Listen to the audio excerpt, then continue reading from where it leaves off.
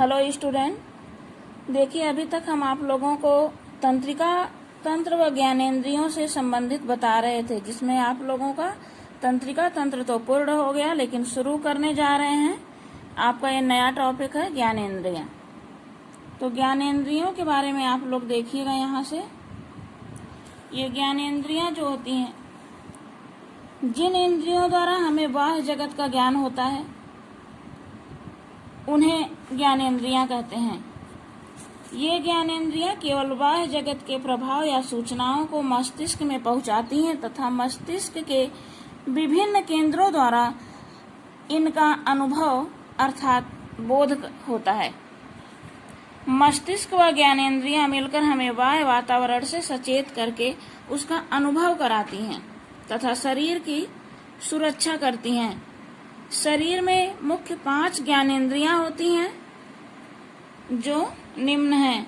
देखिए, नंबर 1 है दिशेंद्रिय, देखने की क्रिया से संबंधित अर्थात नेत्र। श्रवणेंद्रिय नंबर 2 है सुनने की क्रिया से संबंधित अर्थात कान, जिसके द्वारा हम सुनते हैं। नंबर 3 है घ्राणेंद्रिय, यह सूंघने की क्रिया से संबंधित होता है अर्थात नाक। स्वादेंद्रिय, स्वाद की क्रिया से संबंधित, जिससे हमें खट्टे मीठे तीखे का स्वाद पता चलता है अर्थात जीभ। और लास्ट है 5वां स्पर्शेंद्रिय, स्पर्श की त्वचा से स्पर्श की क्रिया से संबंधित, स्पर्श की क्रिया से संबंधित अर्थात त्वचा। अब आगे देखिएगा आप लोग। हाँ तो बेटा, ज्ञानेंद्रियों में सबसे पहले हम कान के बारे में आप लोगों को बताएंगे। वैसे आप लोग जानते हैं कि व्यक्ति के जीवन में आंख और कान दोनों का बहुत ही ज्यादा महत्व है, क्योंकि सांसारिक अनुभव प्राप्त करने के लिए आंख और कान का होना ज्यादा जरूरी होता है। कुछ बातें ऐसी हैं जिनसे बिना देखे और बिना सुने हमें पूर्ण ज्ञान नहीं हो पाता। जैसे कोई हमें कुछ सिखा रहा है, कोई आगे से हमें कुछ बता रहा है, तो हम उसे देखने के साथ साथ सुनने का भी प्रयास करेंगे। जैसे संगीत, पक्षियों का कलरव। और इसके बाद छोटा बच्चा होता है, वह सब कुछ अनुकरण जो करता है, जो सीखता है, नकल जो करता है। जैसे परिवार के सदस्य जैसे जैसे बोलते हैं, वैसे वैसे बच्चा सीखता है और उसे याद करता है बढ़िया से, उसको जो है अपने जीवन में ढाल लेता है, उसे आगे बढ़ाने का प्रयास करता है। हम एक बार बोलेंगे तो वो 4 बार बोलेगा, क्योंकि वो सीखता है।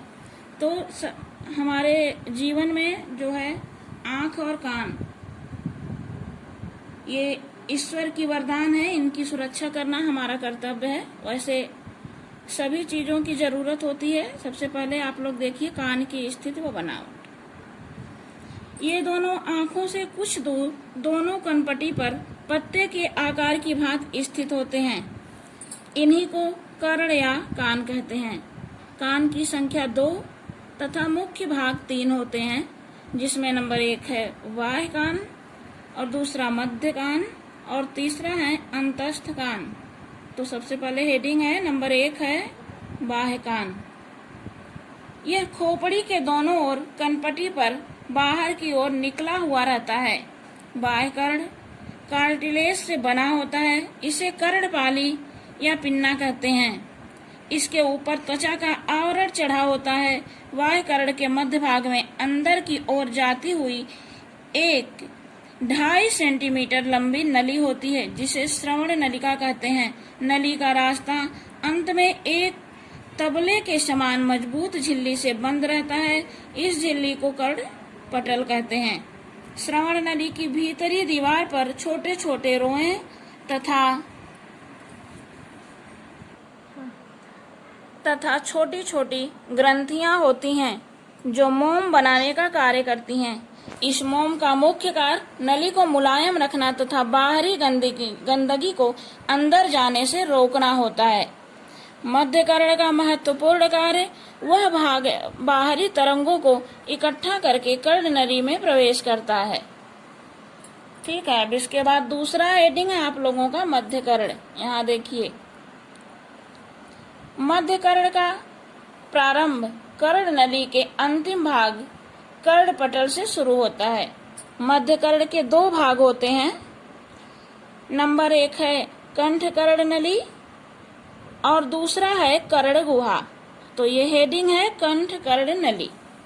यह नली 2.5 सेंटीमीटर लंबी होती है। यह पतली, तंग और टेढ़ी होकर खोपड़ी के शंखास्थ वाले भाग में स्थित हो जाती है। इसका अंतिम भाग मुख में खुलता है। इससे लाभ यह है कि यदि कान में अधिक वायु प्रवेश हो जाए तो वह मुख द्वारा निकल जाती है, जिससे कर्णपटल फटने से सुरक्षित रहता है।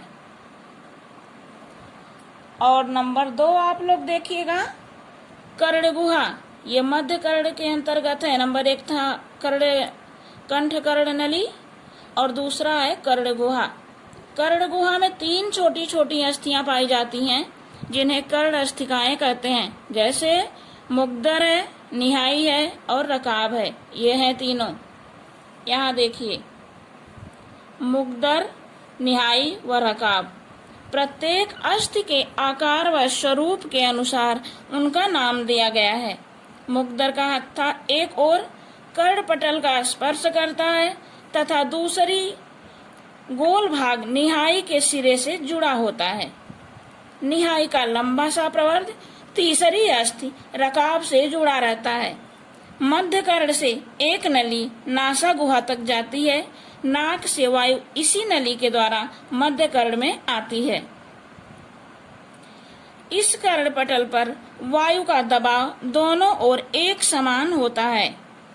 इस प्रकार जब बाहर की ध्वनि कर्णपटल से टकराती है तो पटल में कंपन होता है, जिसे तीनों अस्थियां कान के अंदर पहुंचाती हैं। तो बच्चों, आप लोग अब तक मध्य कर्ण के अंतर्गत देख रहे थे और अब आप लोगों का नंबर 3 अंतःकरण है। हेडिंग अंतःकरण है।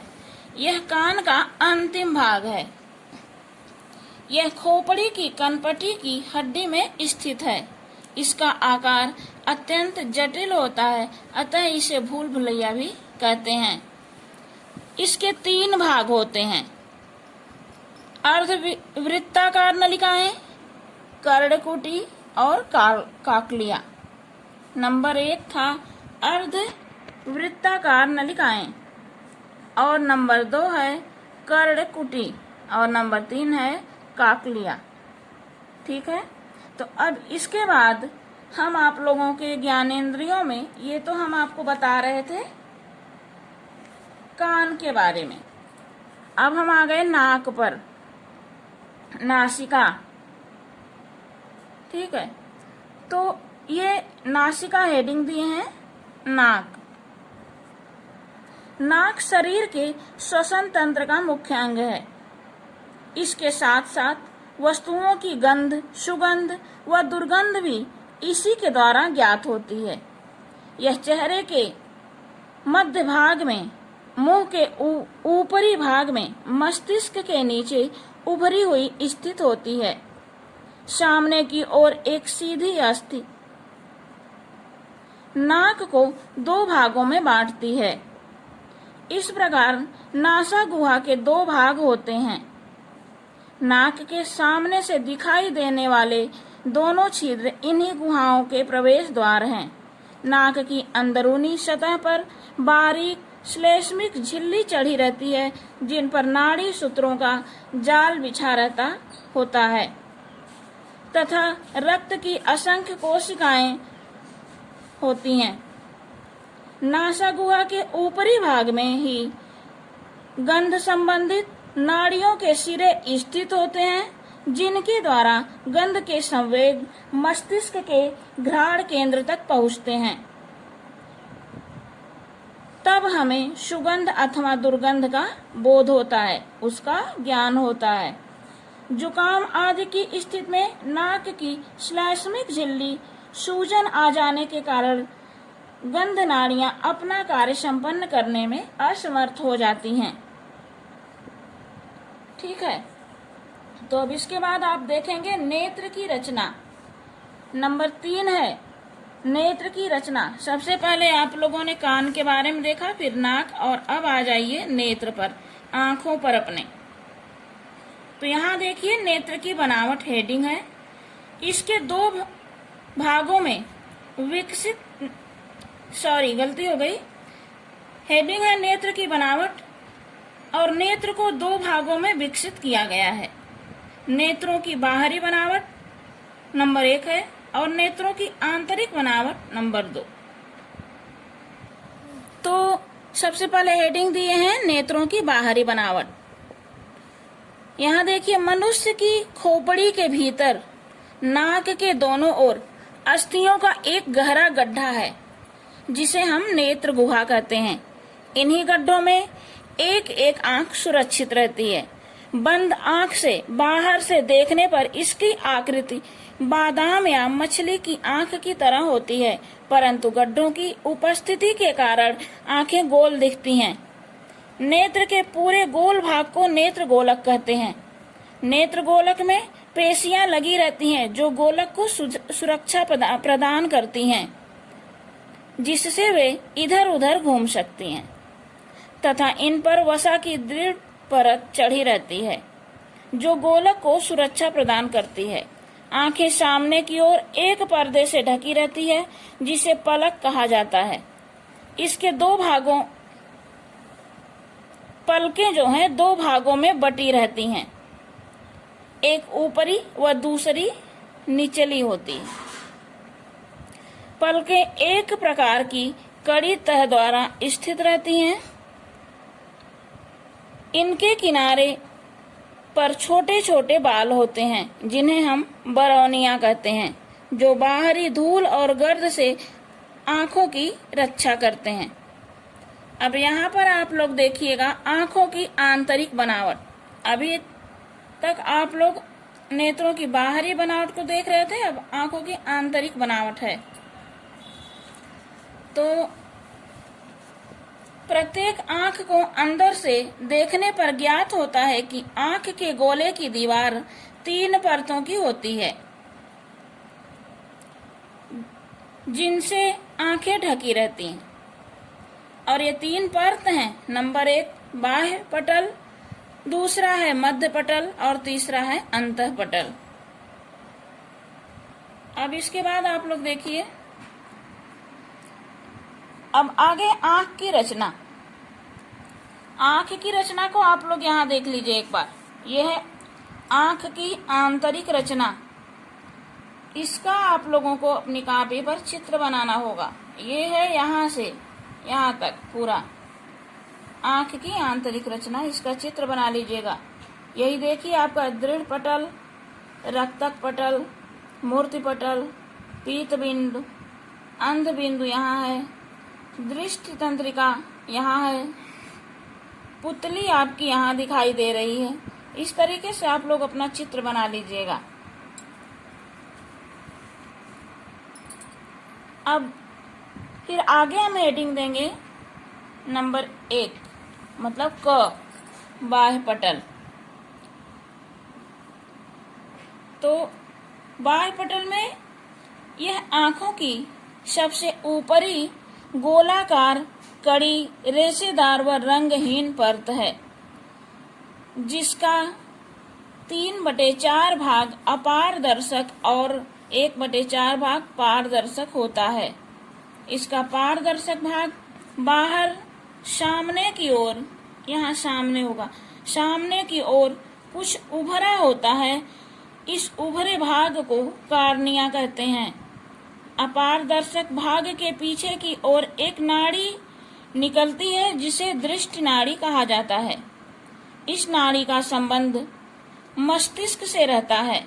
बाह्य पटल कठोर रेशेदार अनेक मांसपेशियों का बना होता है। यह बाहर की ओर से कंजक्टिव नामक झिल्ली से ढका रहता है। बाह्य पटल का कार्य बाहरी आघातों से आंखों की रक्षा करना होता है तथा उसकी गोलाकार आकृति को बनाए रखना होता है।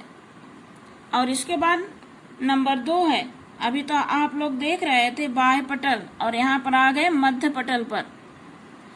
मध्य पटल नेत्र गोलक की यह परत बाह्य व आंतरिक परत के मध्य में होती है। मध्य का मतलब होता है बीच में, तो ये गोलक की यह परत जो होती है वह बाह्य व आंतरिक दोनों के बीच में होती है तथा बहुत कोमल होती है।